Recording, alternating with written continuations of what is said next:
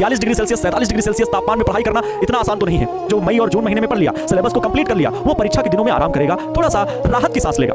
लेकिन वही बच्चे आगे निकलेंगे जो इस महीने में भी अच्छे से पढ़ाई करेंगे। गर्मी चाहे कितनी भी हो लेकिन आपको रोक नहीं सकती।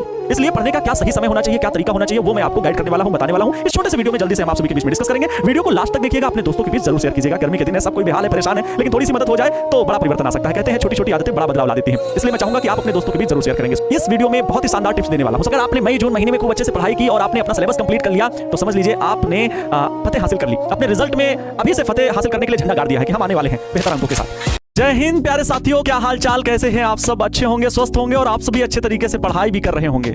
लेकिन ये गर्मी आपको परेशान कर रही है। 46 डिग्री सेल्सियस 47 डिग्री सेल्सियस तापमान में पढ़ाई करना इतना आसान तो नहीं है।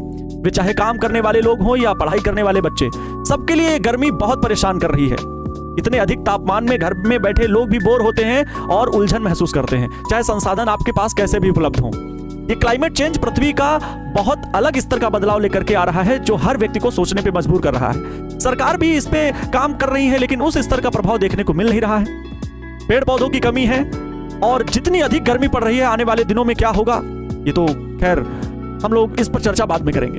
लेकिन पढ़ने के लिए क्या वे आसान तरीके हो सकते हैं जिनसे हम इन दिनों का भरपूर फायदा उठा सकते हैं? क्योंकि जो मई और जून महीने में पढ़ लिया, सिलेबस को कंप्लीट कर लिया, वो परीक्षा के दिनों में आराम करेगा, थोड़ा सा राहत की सांस लेगा। क्योंकि प्यारे साथियों, जब आप कदम निकाल चुके हो कुछ अच्छा करने के लिए तो फिर अब रुकना नहीं है। क्योंकि आप आईने के सामने खड़े होकर के एक बार जरूर सोच लेना, शुरू क्यों किया था।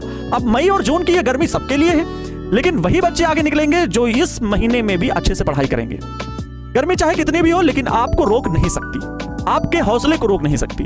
इसलिए पढ़ने का क्या सही समय होना चाहिए, क्या तरीका होना चाहिए, वो मैं आपको गाइड करने वाला हूं, बताने वाला हूं। इस छोटे से वीडियो में जल्दी से हम आप सभी के बीच में डिस्कस करेंगे। वीडियो को लास्ट तक देखिएगा, अपने दोस्तों के बीच जरूर शेयर कीजिएगा। गर्मी के दिन है, सब कोई बेहाल है, परेशान है, लेकिन थोड़ी सी मदद हो जाए तो बड़ा परिवर्तन आ सकता है। कहते हैं छोटी छोटी आदतें बड़ा बदलाव ला देती हैं। इसलिए मैं चाहूंगा कि आप अपने दोस्तों के बीच जरूर शेयर करेंगे। स्वागत करते हैं आपका इस वीडियो में। मैं आनंद अवस्थी, सर्टिफाइड कैरियर कोच, आपके लिए इस वीडियो में बहुत ही शानदार टिप्स देने वाला हूं। सबसे पहले मैं आपको बता दूं कि जो छात्र मई जून गर्मी में पढ़ लेता है, जनवरी फरवरी में वह मुस्कुराता है। क्योंकि अगर आपने मई जून महीने में खूब अच्छे से पढ़ाई की और आपने अपना सिलेबस कंप्लीट कर लिया तो समझ लीजिए आपने फतेह हासिल कर ली। अपने रिजल्ट में अभी से फतेह हासिल करने के लिए झंडा गाड़ दिया है कि हम आने वाले हैं बेहतर अंकों के साथ। कुछ तरीके हैं जो मैं आपको यहाँ पर एक स्लाइड में सारी चीजों को कवर कर रखा हूँ। इस स्लाइड में आपको समझाता हूँ। आपके प्रश्न यही है कि 46 डिग्री सेल्सियस की गर्मी में तैयारी कैसे करें। गर्मी बहाना नहीं, सफलता का इम्तिहान है। कई बच्चों के लिए, कई बच्चे तो झोपड़पट्टी में रहते हैं, छत तक नहीं है, परेशान होते हैं, पंखा नहीं है, लाइट नहीं है, बहुत सारी परेशानियां हैं। लेकिन सही रणनीति, अनुशासन, सकारात्मक सोच आपकी सफलता जरूर निश्चित करेगी। गर्मी में पढ़ाई करने की कुछ स्मार्ट ट्रिक्स हैं जो यहाँ पर लिखी हुई है, मैं एक एक करके पढ़ के आपको समझाता हूँ। सुबह का गोल्डन टाइम होता है भाई। सुबह 4 बजे से 8 बजे तक का जो टाइम है, इस समय दिमाग सबसे फ्रेश और ताजा रहता है। जो भी पढ़ें, कठिन विषय इस समय में पढ़ेंगे तो आपको ज्यादा दिमाग में चढ़ेगा, ज्यादा दिमाग में जल्दी से फिट हो जाएगा। हाइड्रेट रहना सबसे ज्यादा जरूरी है। हाइड्रेट रहने का मतलब है आप पानी खूब ज्यादा पिए, पानी खूब पिए और इन चीजों का सेवन करें, जैसे नींबू पानी, सत्तू, नारियल पानी, ORS, छाछ। पढ़ाई की जगह जो है ठंडी बनाए रखें। कुछ पंखा आपके घर में हो तो पंखा रख लीजिए, हैंड फैन है तो हैंड फैन से ही, गीला पर्दा, टेबल फैन, अच्छी वेंटिलेशन, हल्के सूती कपड़े पहने, रात में कमरे की खिड़कियां खोले रखें। क्योंकि इससे जो गर्म हवा है वो बाहर निकल जाती है, ठंडी हवा थोड़ा सा बनती है रात के समय में। इसलिए मैं चाहूंगा कि जो भी मैं यहाँ पर तरीके आपको बता रहा हूँ वो आप लोग नोट करते हुए या सीखते हुए चलेंगे कि क्या क्या तरीके अपनाने हैं। इसके बाद 1 घंटा पढ़ाई, 5 से 10 मिनट आपको ब्रेक लेना है।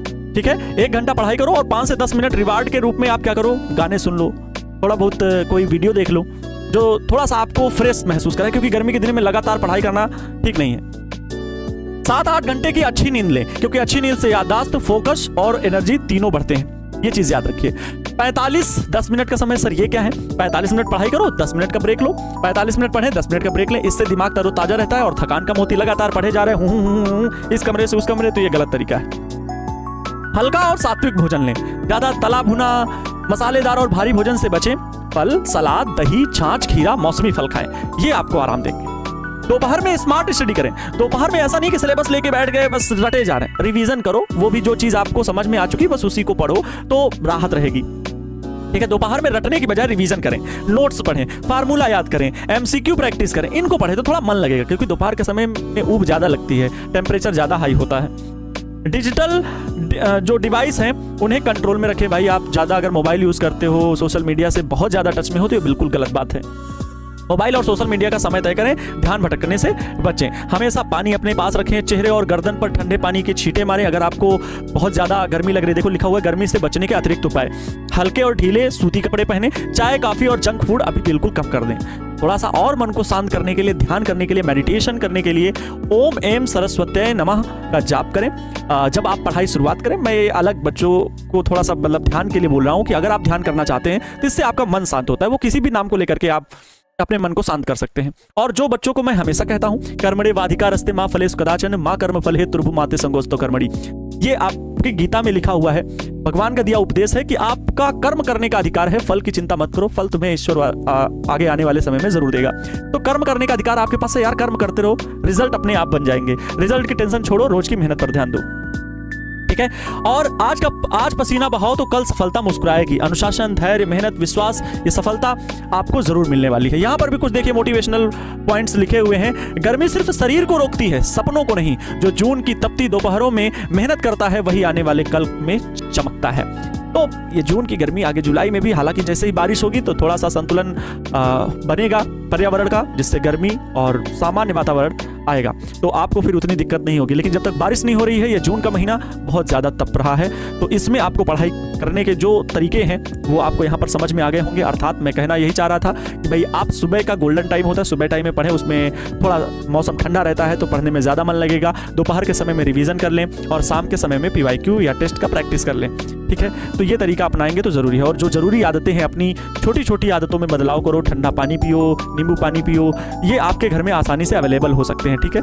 इन चीज़ों को पीने से आपका शरीर हाइड्रेट रहेगा, कोई भी गर्मी की वजह से बीमारी आपको नहीं पकड़ेगी। तो इससे आपको सेहतमंद रहना भी बहुत ज़रूरी है। और गर्मी में बाहर निकलने से, घर से बाहर निकलने से बचें, क्योंकि अनावश्यक अगर आप घर से बाहर जाते हैं तो इतनी धूप, इतनी लू चलती है, वो भी किसी को भी बीमार कर सकती है, कोई भी हो।